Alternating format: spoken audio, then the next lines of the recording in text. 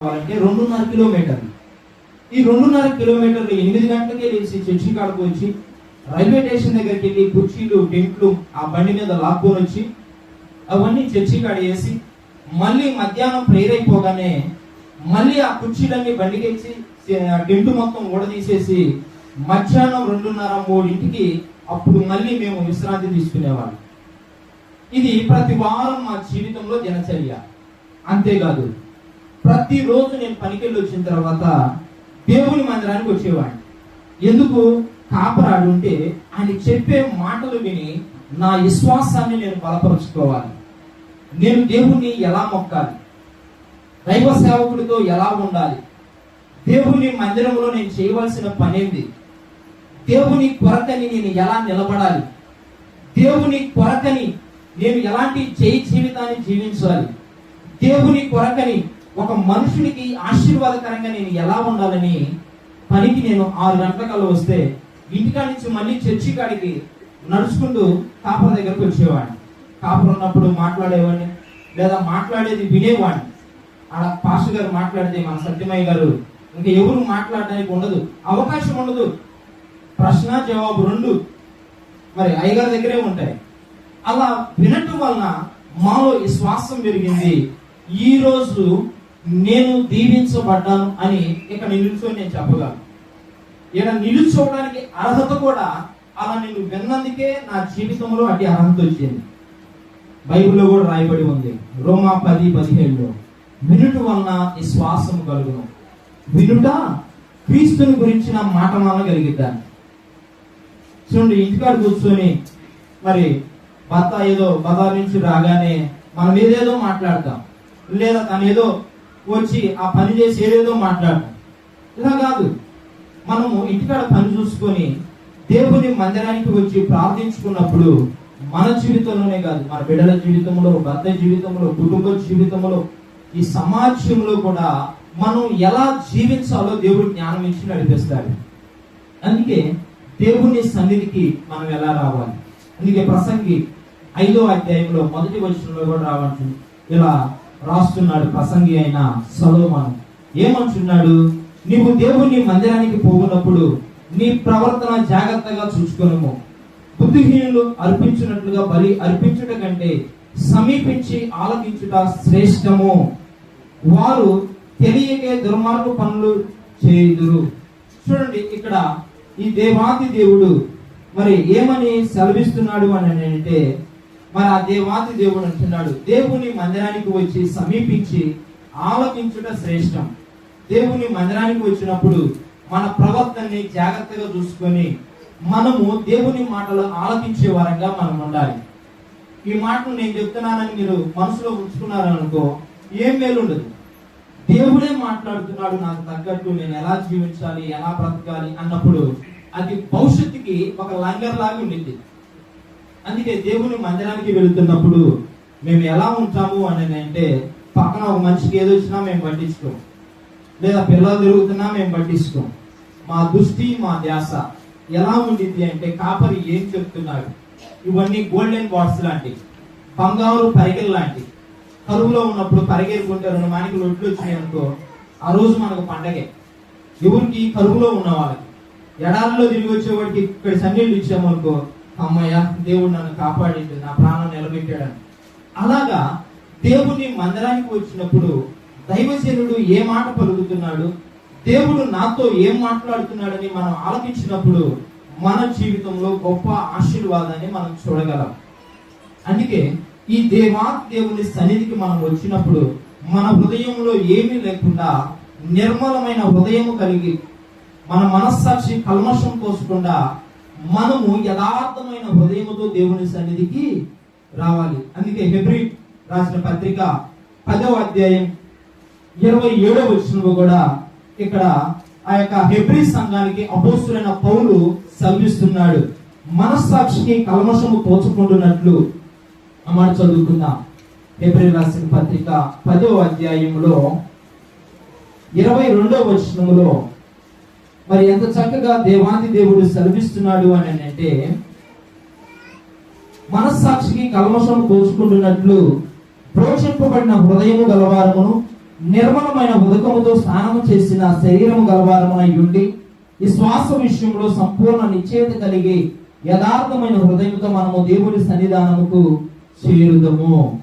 చూడండి, ఎప్పుడైతే ఇక్కడ ఉదకము అనగా పవిత్రమైన జలం, శుద్ధమైన జలం, మంచి నీరు, ఈ ఉదకముతో మన హృదయాలు ఎప్పుడైతే ప్రోక్షించబడ్డాయో, కల్వరి శిలువలో నీ కొరకు నా కొరకు కాచిన ఆ రక్తము ద్వారా మనం ఎప్పుడైతే పవిత్రపరచబడ్డామో, మన మనస్సాక్షికి కల్మషము తోచకుండా దేవుని సన్నిధిలో మనం ఎప్పుడైతే ఆయన సన్నిధానముకు నేను వెళ్ళాలి అని మనం ఆశపడతామో, అప్పుడు మన జీవితంలో ఊహకు మించి కార్యాలు దేవుడు జరిగిస్తాడండి. ఎప్పుడైతే దేవుని సన్నిధికి మనం ఇలా వస్తామో, ఎప్పుడైతే దేవుని సన్నిధికి యథార్థమైన హృదయము కలిగి కల్మషము తోచకుండా మన మనస్సాక్షి మన మీద నిందమోపకుండా మనం ఎప్పుడైతే దేవుని సన్నిధికి వచ్చి ప్రార్థించే వారంగా మనం ఉంటామో, మన జీవితంలో గొప్ప ఆశీర్వాదాన్ని మనం చూడగలుగుతాం. మన హృదయంలో ఏదో ఉంచుకొని, మన హృదయంలో ఏదో భారం ఉంచుకొని, మన హృదయంలో ఎవరి మీదో కోపం ఉంచుకొని, మన హృదయంలో ఎవరి మీదో అసూయించుకొని మరి దేవుని సన్నిధికి మనం వచ్చినప్పుడు అది మేలనిపేదు. మరి మానవ రీతిగా దేవుని మందిరంలో మనకు వచ్చి ప్రార్థిస్తామే గాని మన హృదయంలో ఆ యొక్క మరి పరిశుద్ధత లేకుండా, పరిపూర్ణత లేకుండా మన జీవితంలో మేలు జరగాలని అంటే అది అసాధ్యం అండి. అది ఎన్నటికీ సాధ్యపడేది కాదు. అందుకే దేవాతి దేవుడు అంటున్నాడు, మీరే నా ఆలయము, నేను మీలో నివసించడానికి ఆశపడుతున్నా. చూడండి, మానవ రీతిగా మనం కట్టుకున్న ఈ మందిరం ఎంత సుందరంగా ఉండాలని మనము ఆశపడుతున్నాము.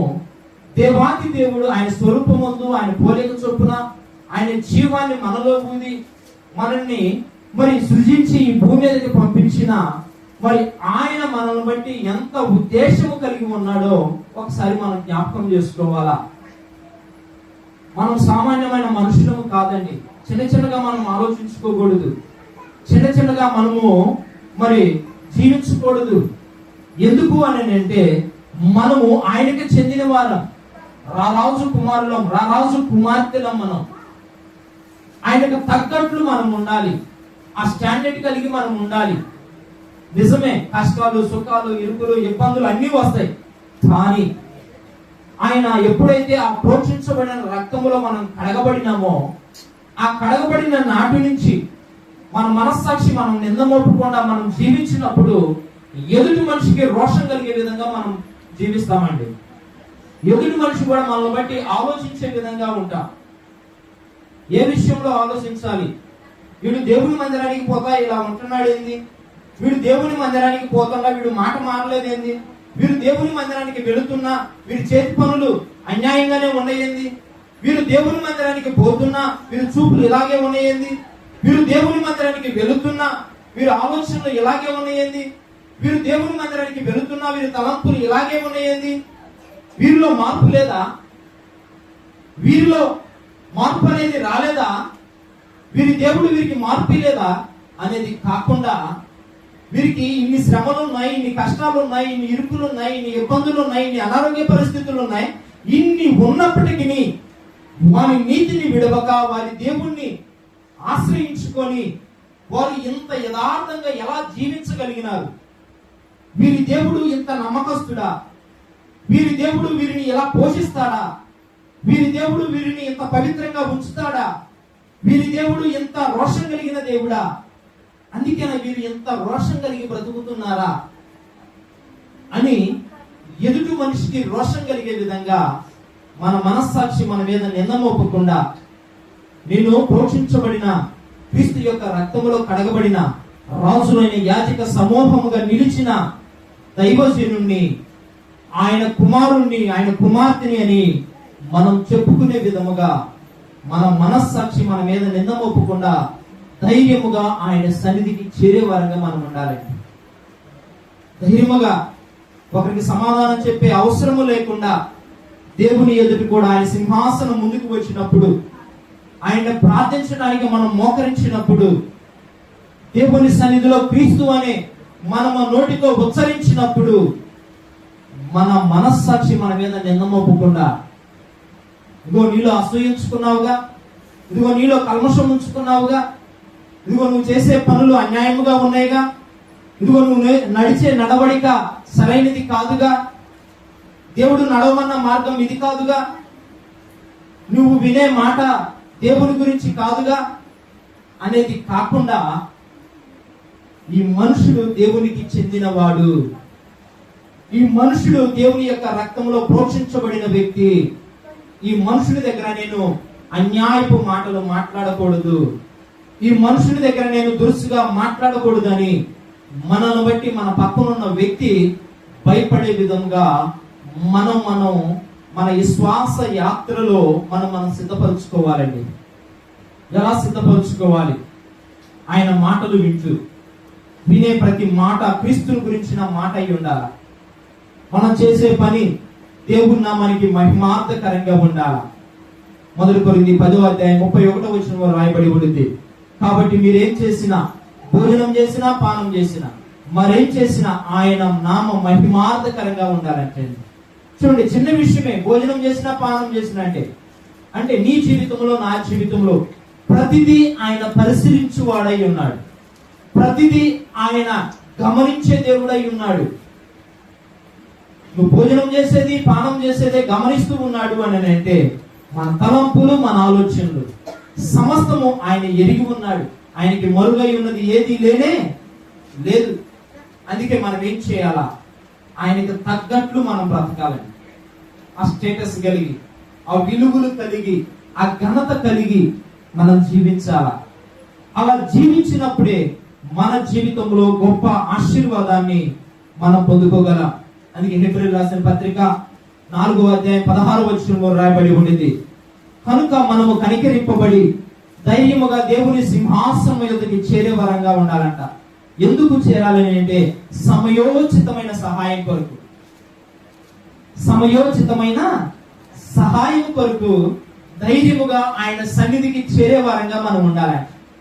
మనకు కష్టం వచ్చింది, బాధ వచ్చింది, లేదా ఒక అనారోగ్య పరిస్థితి వచ్చింది, లేదా మరి ఏదన్నా ఇక సహాయము అందాలి అని అంటే ధైర్యముగా మనము దేవుని దగ్గర మోకరించి ప్రార్థించినప్పుడు ఈ సహాయం నేను పొందుకోగలుగుతా.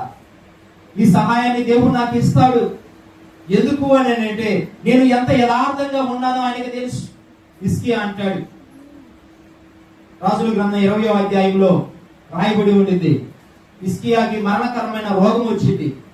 ఆ రోగం వచ్చినప్పుడు యెషయా ప్రవక్త వచ్చి చెప్తాడు, హిజ్కియా నువ్వు చనిపోబోతున్నావు, నీ ఇల్లును చక్కబెట్టుకోమంటే హిజ్కియా రాజు గొప్ప పరిచర్య చేశాడు, రాజ్యాలను అప్పచెప్పాడు.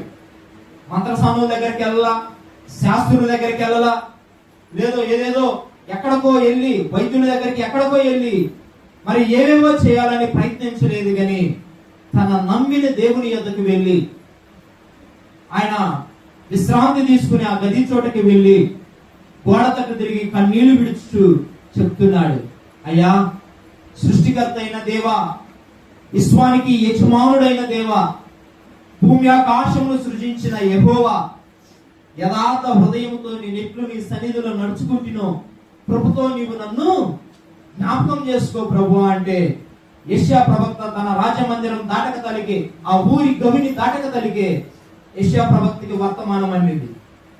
యెషయా హిజ్కియా దగ్గరికి మళ్ళీ నువ్వు వెళ్ళి నేను చెప్పమన్న మాట ప్రకటించు.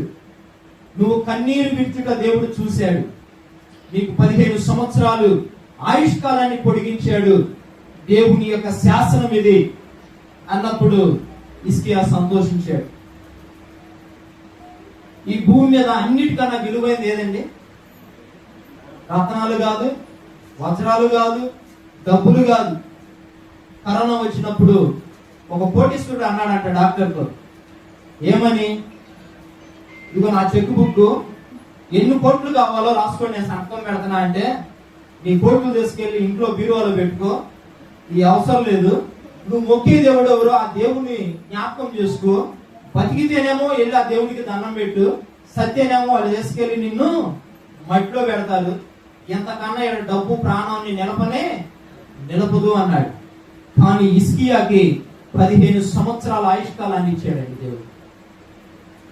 ఎందుకు అని అంటే తను జీవించిన జీవితాన్ని దేవుని ఎదుట నిలపగలిగినాడు. యాజకుల దగ్గర, సేవకుని దగ్గర, సంఘములో తోటి వారితో, భార్యతో, పరివారితో, అందరితో సమాధానం కలిగి ఉన్నాడు. అందరితో నెమ్మది కలిగి ఉన్నాడు. తన మాటలు శ్రేష్టమైనవిగా ఉన్నాయి. తన ప్రవర్తన దేవుని దృష్టికి యోగ్యముగా ఉన్నది. తన జీవించే జీవితం దేవుని నామానికి ఆశీర్వాదకరంగా ఉన్నది. దేవాది దేవుడు అంటాడు, నువ్వు దేవుని దయందును మనుషుల దయందును వర్ధిల్లే వారిగా ఉండాలంట. అలాగా హిజ్కియా కూడా మనుషుల దృష్టికి దేవుని దృష్టికి యథార్థంగా ఉన్నాడు. తన జీవించిన దేవుని దగ్గర ప్రార్థించే ఆ క్షణము వరకు. అందుకే తన జీవితంలో 15 సంవత్సరాల ఆయుష్కాలంగా పొడిగించినాడు. దేవుడు ఈ భూమి మీద అన్నిటికన్నా విలువైన ప్రాణాన్ని దేవుడు దానంగా ఇస్తే, ఆయుష్కాలంగా పొడిగిస్తే, నీ జీవితంలో, నా జీవితంలో ఉన్న కొదవా కొరతలు తీర్చడా?